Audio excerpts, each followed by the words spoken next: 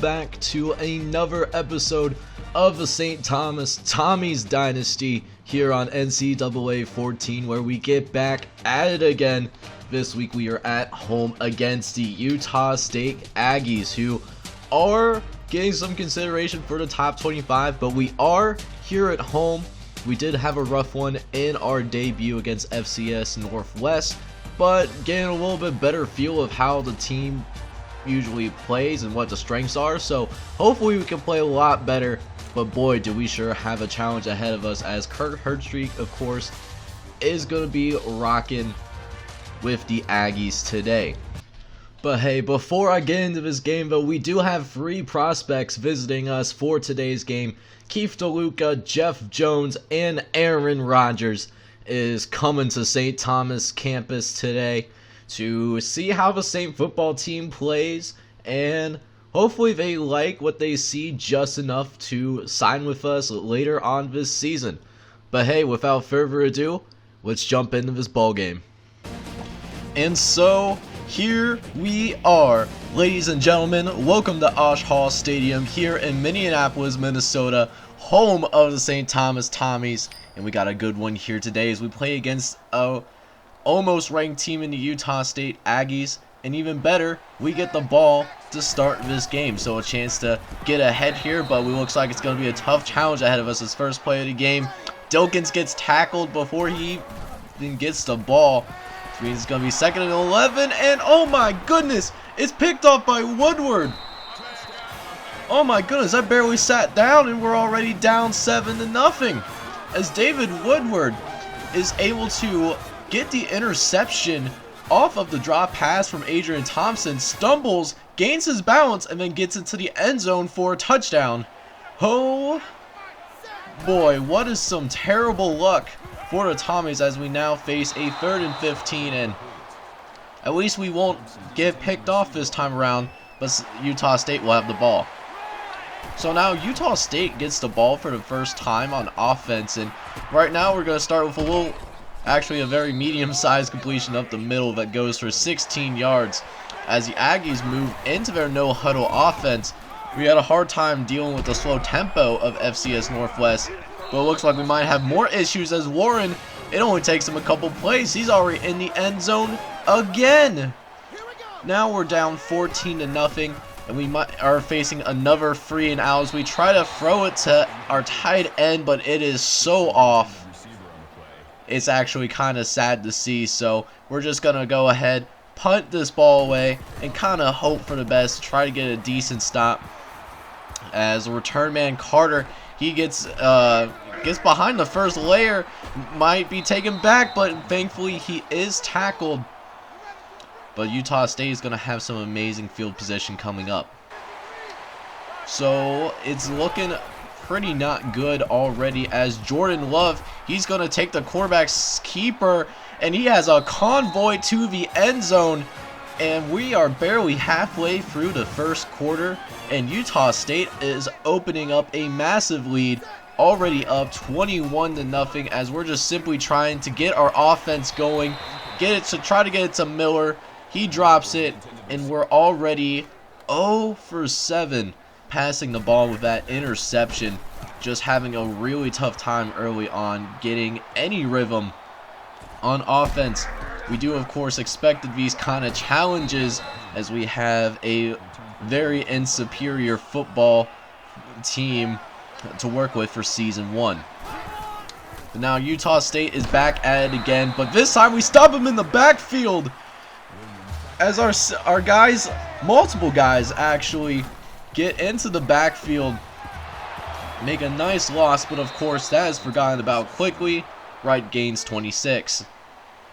Very next play though, Jordan Love is going to keep it once again, and this time, it's no different. Another convoy, another touchdown.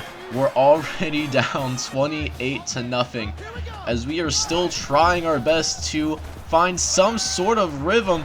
This time we get it to Chad McKenzie, who makes the catch for us. It's our very first catch of the day.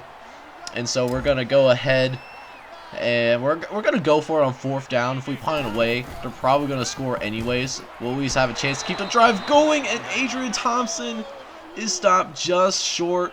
And so Utah State is going to take over at the 30-yard line. 1st and 10 here, 40 Aggies as they get it off to Carson Terrell for a gain of 9. And then on this next play right here, Jordan Love, he's going to hand it off to Aquani Carter, who gets it down to the 7, but there's a flag on the play, but it won't matter. It's offsides on us. All right, so they have a 1st and goal. See if we can stop them here. Nope, that's not gonna happen either. So down 35-0. Very great situation if I say so myself. But look at this nice little return up the right-hand side and gets tackled at the 40-yard line. Beautiful return for Ricky Williams. He had some really good returns in this game. Let's just see if we can get our offense going here as we start with a throw to Kobe. Michael Coley gains 7. And then next play right here, get it to Coley again, leaving him unattended for another 7 yards. You know, it's not the prettiest offense, but hey, we're starting to get a little something going. As look at this, guys, we got 3 completions in a row. What a minor miracle that is happening here today. Is now Desi Lindsay, he's going to scramble, doesn't see anybody open, gets out of bounds, and we got a 6-yard rush on our hands. St. Thomas does move into their no-huddle offense as it gets to the Adrian Thompson. He makes the catch, and it's a 20-yard gain, and we are very close to the goal line. See if we can finish this drive here as Adrian Thompson nearly gets to the end zone. We will take this nice 1st and goal. 1st and goal play though, try to run it up the middle with Desi Lindsay, and is tackled for a loss as well as gets hurt. So we insert our backup quarterback in Michael Edwards, who just hands it off to Dilkins.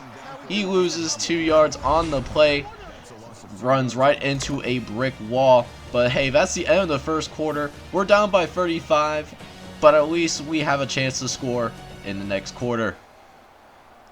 So there's Desi Lindsay. Turns out he only bruised his shoulder, thankfully. So, you know, won't have to deal with Michael Edwards as our quarterback much longer. But he does get tackled for a loss, and we did have to settle for a field goal. Just had to take the points at this point right now. Still down 35-3, but at least guarantee that we won't be shut out for the course of this ball game. Next possession for the Aggies though, and Terrell, he gets a huge lane off of the wide receiver screen and goes for 48 yards. Utah State quarterback Jordan Love already has 100 yards passing. It only took him 6 attempts, and he'll also get his 2nd passing touchdown. Oh boy, so we're still down 42-3, but Ricky Williams, he's going to get another chance to take it back, and he gets another really nice lane. He's going farther. He crosses midfield. He might get back up, and although he is ultimately down, he won't be downed till we get to the 45-yard line. Unfortunately here though, 3rd and 15, it's down for an incompletion, and we have to punt it away. So really lost a golden opportunity to string together another really good drive, because we had a really good field position to work with. As a Johnny Carter, he's going to continue to run up the left-hand side. He gets tackled at the 40. And when it rains, ladies and gentlemen, it certainly pours, as our defense simply does not have any answers whatsoever for these Aggies. They just are going to be able to do whatever they want. They stiff arm our guy nearly into the ground, even though I thought our guy was going to try to put the hit stick on him. But here we go, 2nd and 1. Try to throw it to the left side, and it's nearly picked off by Ricky Williams. That could have been our 1st turnover of the season, but alas, we might have to wait just a little bit longer, as 3rd and 1 here. Warren's going to pick up the 15 yards. That interception will have stopped the drive. 2 plays later on a 2nd and 8, Jordan Love, he's going to keep it once again, and he has another clear path to the end zone. and it is just an absolute blowout here in Minnesota, down 49-3, and we still have 4 minutes left to go in the first half. And what's sad is that they haven't even put their backups in. You would think they would have a little bit mercy on us, but no, they are completely out for blood right now, ladies and gentlemen, as another throw up the middle to Derek Wright.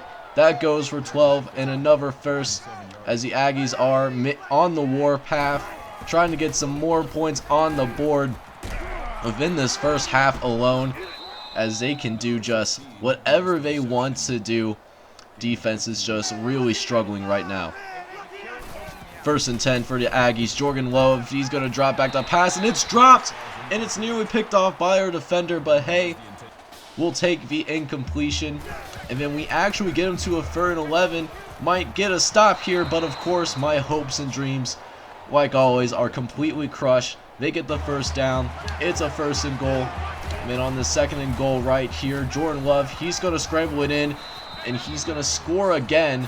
And what's sad is that our guy was there to make the stop. Poor yersy play by your boy means that they're going to get another touchdown.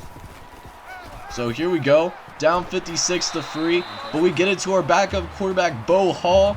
He takes it for 19 yards, and even though we are definitely not going to win this game whatsoever, there's certainly still some fight left in us as we're trying to get another drive together, try to get some more points on the board. Lindsey, he's going to throw it to Thompson. Thompson off the screen, 8 yards on the play. Makes it a short 2nd and 2. As now St. Thomas, they're trying to get something going here, and there just simply wasn't anything going on. We'll just throw that ball away. Next play though, on the 3rd and 2, we actually get a little bit of a push, just enough to get the first and keep this drive alive. As now we try to set up a little play action, try to do something a little different, but they cover all the receivers. Forget about Lindsey though, because he's able to scramble a little bit more, gain a 12. Next play, Lindsey up the right hand side, tries to throw it to his tight end, but it's nearly interception. So now we have a 3rd and 10 up ahead. We're going to try to scramble. First guy barely misses, but we get to the 1st down marker. 1st down, Tommies. We actually have a chance to get a touchdown, and we're gonna do it. Freddie Gibson gets into the end zone, and it's our first passing touchdown of the season. Desi Lindsey to Freddie Gibson. We're not winning this game, but at least have something positive to look back to. Actually, multiple things, because we got a stop, and sensing a football move, Max Carlson actually did a thing. Our head ball coach calls timeout to try to get some points on the board, but unfortunately, 2 plays later, we throw an interception. So, yeah, just when things are looking up, there's always something that's going to bring us right back down to earth. And oh boy, we're going to be brought down to earth here as Nathan gets behind the end zone. Another touchdown, and it's at this point that it's probably a better idea for me to just go ahead and send the rest of his game. Or maybe we're going to wait a little bit longer, see what we can do here with this possession here, as we get some good blocking once again. Michael Edwards, he's going to take it downfield, and look at this, fellas. Maybe he won't have to send the rest of his game after all. Maybe I can wipe my tears away with another touchdown from somebody that's not wearing a Utah State jersey. I would deeply appreciate that so much.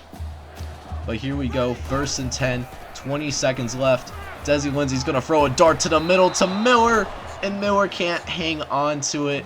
Gets tackled as he tries to make the catch. So now we have a 2nd and 10 ahead of us. This time we try again to Miller, and this time Patrick is able to make the catch and hold on to it. However, a couple plays later, we do settle for another field goal, as it will be 63-13, and so all we have to do is to stop him from the end zone. We can at least have some good thoughts, but no, that doesn't work like that, because they complete it off the Hail Mary to end the first half. the absolute disrespect. As we sim the second half, we end up losing this game by a staggering 108 to 13. This has to be one of the highest scoring games in NCAA history. I'll have to look up what is the most scored in a game by one team, but guess these guys are certainly have to be right up there at the same time. Did decide to sim the rest of the game, and it did not get any better in the second half. Utah State went on a 38-0 run after halftime, and final score was 108 to 13.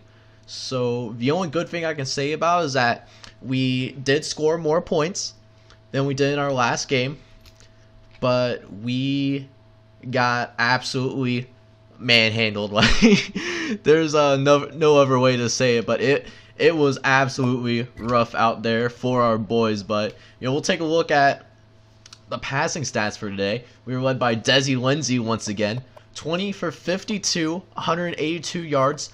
Did throw a touchdown pass, so that was cool, and then threw 3 interceptions.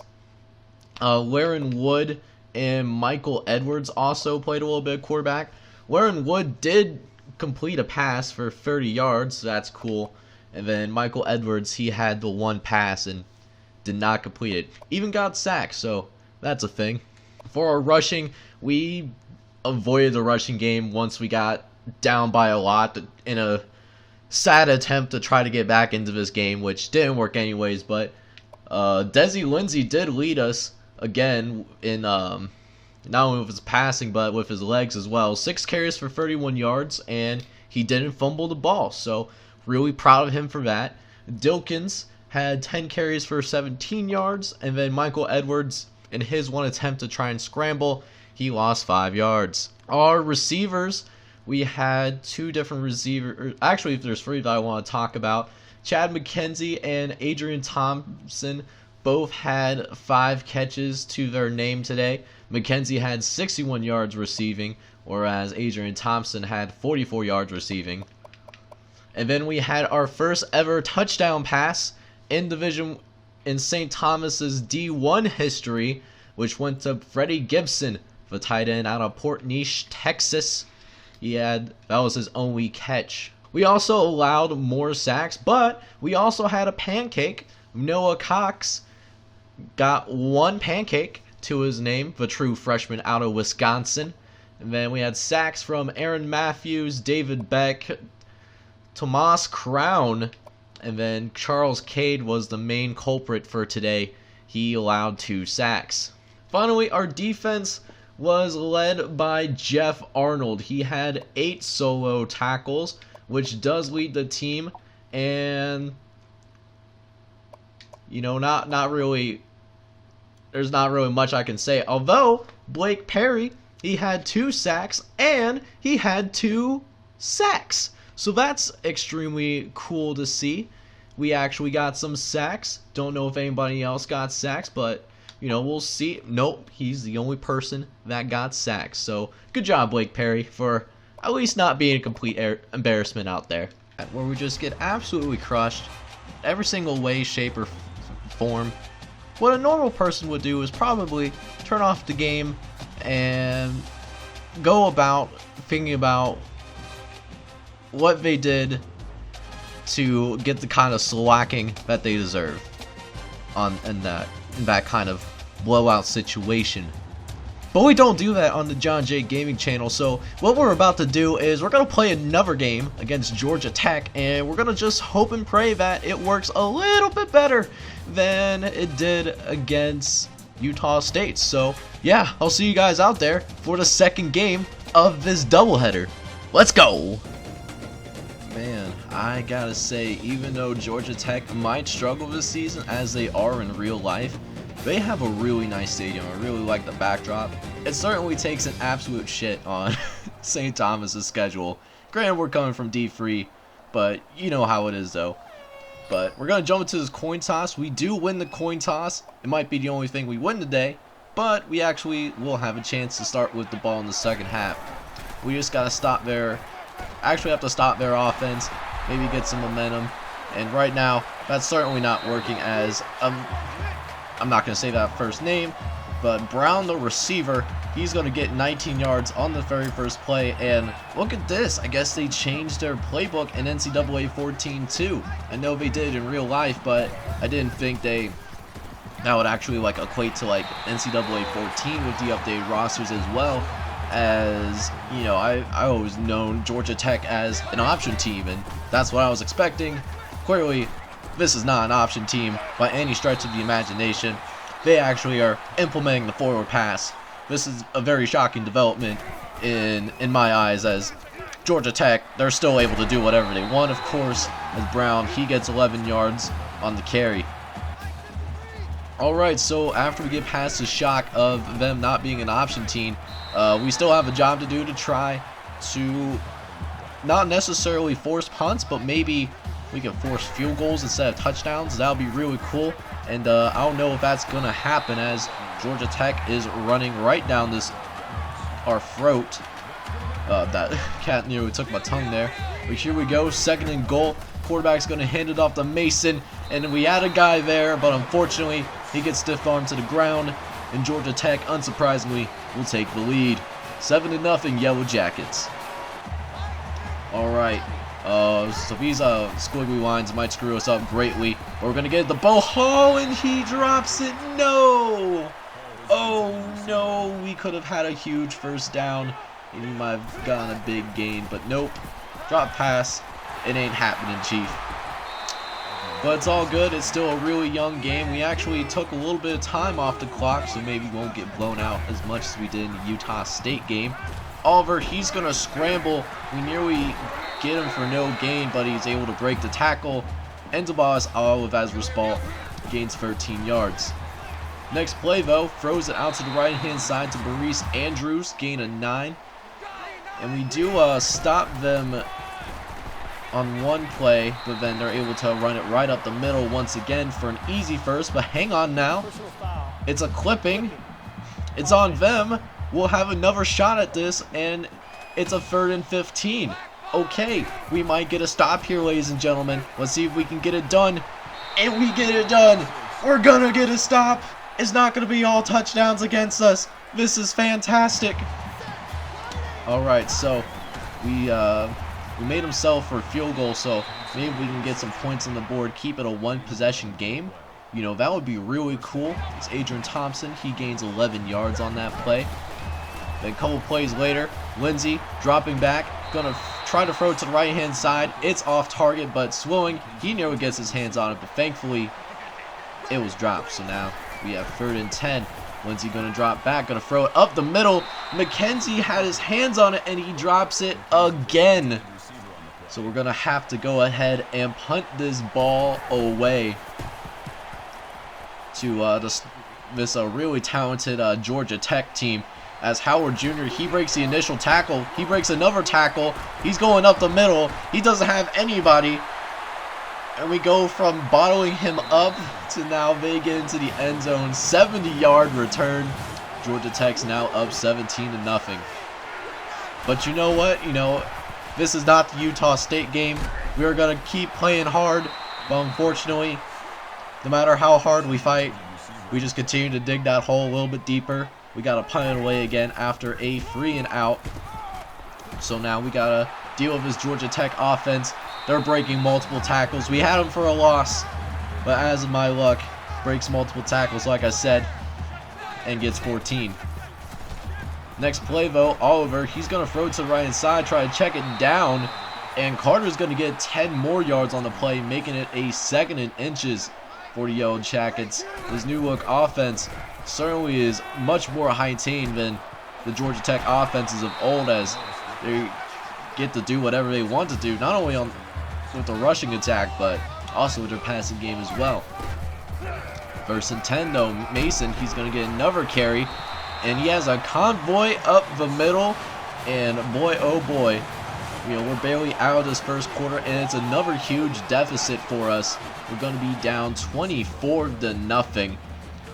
But hey, you know what? We're not playing as bad as we did against Utah State, and we're on the road, so I'm not going to complain as much. 3rd and 10, though, going to try to throw it to the corner, but that's also way off. So another 3 and out for our Tommies. And then right after they get the ball back, just gonna break our hearts even more. Norris gets 44 off the screen. And then this 1st and goal right here, Graham's gonna run it into the end zone himself. We do stop him at the end zone, but he does fall in. And we're down 31-0. Big oof. We do have 2nd and 10. We're not giving up just yet. Gonna try to find somebody, but we get sacked for a loss. Minus 12 yards.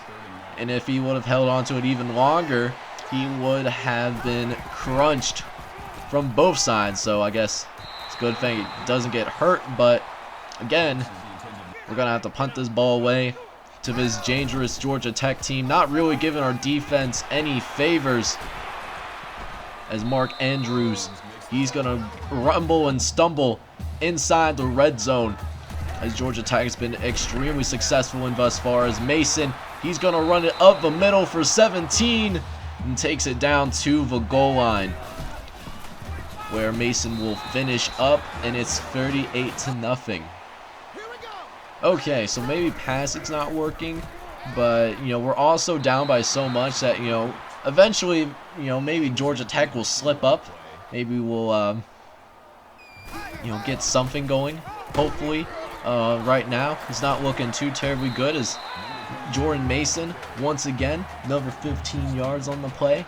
And then a couple of plays later, Oliver, he's going to drop back the pass off the blitz. Oh my goodness, we actually got a sack! Tobias Oliver has been downed by Zach Bryant. His 1st sack on the day, and it's a very long 3rd down. Georgia Tech's now got a 3rd and 16 that they're going to have to deal with. And maybe we'll get 2 drives that doesn't end up in a touchdown, which would be very nice progress if I say so myself. And we're going to do it! We get another stop. And they're pretty far out, so we might stop them from getting any points at all. However, the kick is up. They miss it! They missed a kick! And we're going to go ahead and take over. Not before this little update. Notre Dame and Syracuse are going at it, tied at 27. Definitely an upset alert that we got to keep track of later on in this episode, as Lindsey gets sacked for 8. 3rd and 18, though, for the Tommies. Lindsey's going to drop back, throw to Miller, and Miller's going to pick up the 1st down of the middle. Tommies are going to go ahead and move into their no huddle now, as they try desperately to get some rhythm going. As Adrian Thompson, he gets 8 on the play, and then 2nd and 2, he gets sacked for a loss again, minus 9, and it's a long 3rd down. So 4 verts really haven't been working, so we're going to try a screen, and of course, they're too fast for us. So, you know, this is the first time we get beyond the 50-yard line, so we're just going to go ahead and fake it here, and it almost works, except he fumbles it. And look at this, Howard Jr. only has 1 more man to beat, and he beats him, so the fake punt does not work. Oh no, and if nothing can go wrong, oh no, it is all going wrong as Lindsey takes another sack. Alright, so 3rd and 18, we're going to just try to run some time off the clock here, and they don't call a timeout, so we do have a chance to run some time off the clock here. But then on this punt, after we get the ball off, seems like a perfect storm is coming for Howard Jr. to do some damage, as Howard Jr. he breaks multiple tackles, but this time he does get brought down. It's not going to be another return for a touchdown, but it is going to be some really good field position to work with though, as now they face a 2nd and 8 on their 35. Oliver, he's going to scramble and breaks through a defender, then is tackled inside the red zone. But we might get a little bit of love with the clipping penalty, and we sure are. So it's now going to be 2nd and 7 coming up. Alright, so following the penalty, Oliver is going to drop back the pass once again, and he throws it up the middle, and it's dropped. So now we have another chance to once again get another stop against this Georgia Tech offense. Defense is showing some progress, albeit very little, as we're still getting blown out here with 40 seconds left in this first half. Oliver's going to drop back to a pass here, and Mason, he is going to be tackled within the 5-yard line as the Georgia Tech Yellow Jackets take a timeout. Next play after the timeout, Mason runs it up the middle, and it's another touchdown for these Yellow Jackets as they take a 52-0 lead. But then when we check the studio update, Notre Dame does pull off a narrow escape against Syracuse. Fighting Irish do win this game 30-27.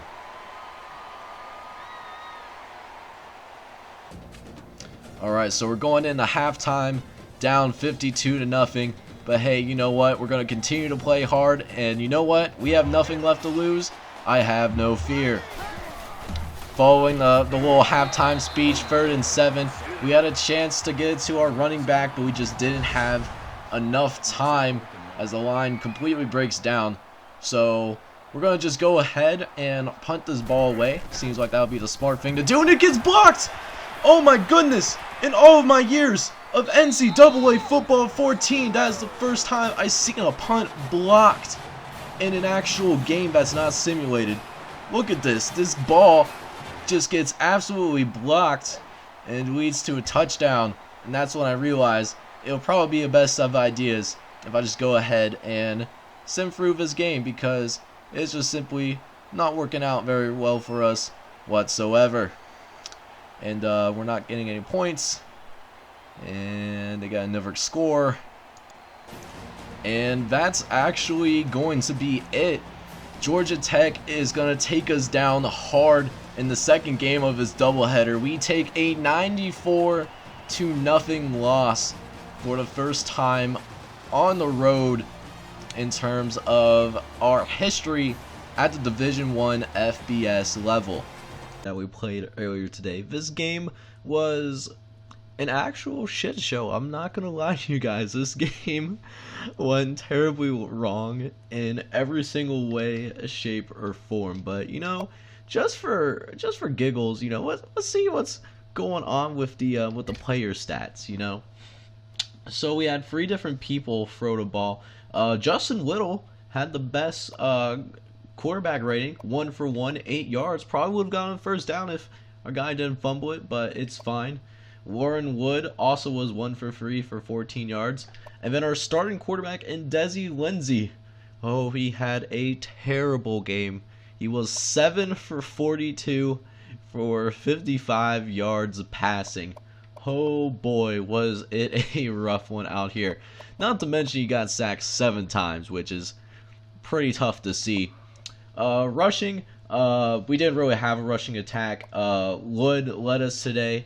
1 carry for 4 yards, and then Dilkins, he had 7 carries for 1 yard with a long of 4 yards today.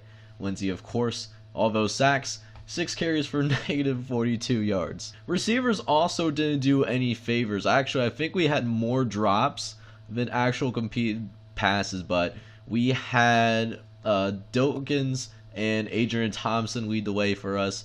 Each had 3 catches. And then, of course, Thompson was also our leading receiver in terms of yards with 32 yards. Blocking, of course, was going to be difficult. And Joel Collins gave up 3 sacks today. But Noah Cox and Tomas Crown each allowed 2 sacks in the game.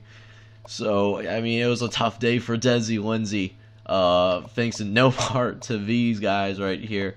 And then our defense, our defense, we had like a few people that had double-digit tackles, so that's really cool. Zach Bryant and Steven Spurlock both had 11 tackles. Jeff Arnold wasn't too far behind with 10 tackles, and I think he moved himself up to 50 overall, so that's really helpful. Got a few tackles for a loss, and we had 1 sack today, and that was from Zach Bryant, a true freshman from Jenison, Michigan. So, I mean, that's a few bright spots, and I know we got at least 1 stop. or actually 2 stops, because they were both missed field goals. So, you know, we're making a little progress. We allowed less than 100 points, so that's really cool. The punt block, however, is pretty disturbing. Piece of good news after our game against Georgia Tech, as we get our very first commit in the history of the St. Thomas football program in Division I, as Jeff Jones is going to be joining us on the team. And then on top of that, we do get upgrades for our coordinators, which I think we're going to go ahead and take care of that, since we need a lot of help in a lot of places. I think I'm going to put it in ball security so that we can cut down on the fumbles. And then, of course, since we played a surprisingly hurrying up team in Georgia Tech, I think I want to put in another point into the recharge. But we really need the attribute upgrades too. So I think I'm gonna go with road close. We can improve our block setting. Might help us with our run defense, even if it's only a little bit. Yeah, otherwise we have a whole lot of work to do. But hey, next episode, we will be back home playing against the Old Dominion Monarchs, who are 2-1, but they're not that great of a team. So, I mean, this might be our best chance to win, since we didn't beat FCS Northwest early on this season. But yeah, if I don't win this game or the New Mexico State game, if I can get fired in the middle of the season, if that's possible within NCAA 14, I could definitely see it if I lose these next 2 games. But hey, you know, I'm here for a good time, not a long time. So thank you guys so much for tuning into this video. Though, make sure you leave a like, as well as hit that subscribe button too if you're brand new, as I would truly appreciate that if you really enjoy college football content from the John J Gaming channel. Until then, I'll see you guys next time, and I hope you have a wonderful day. Take care.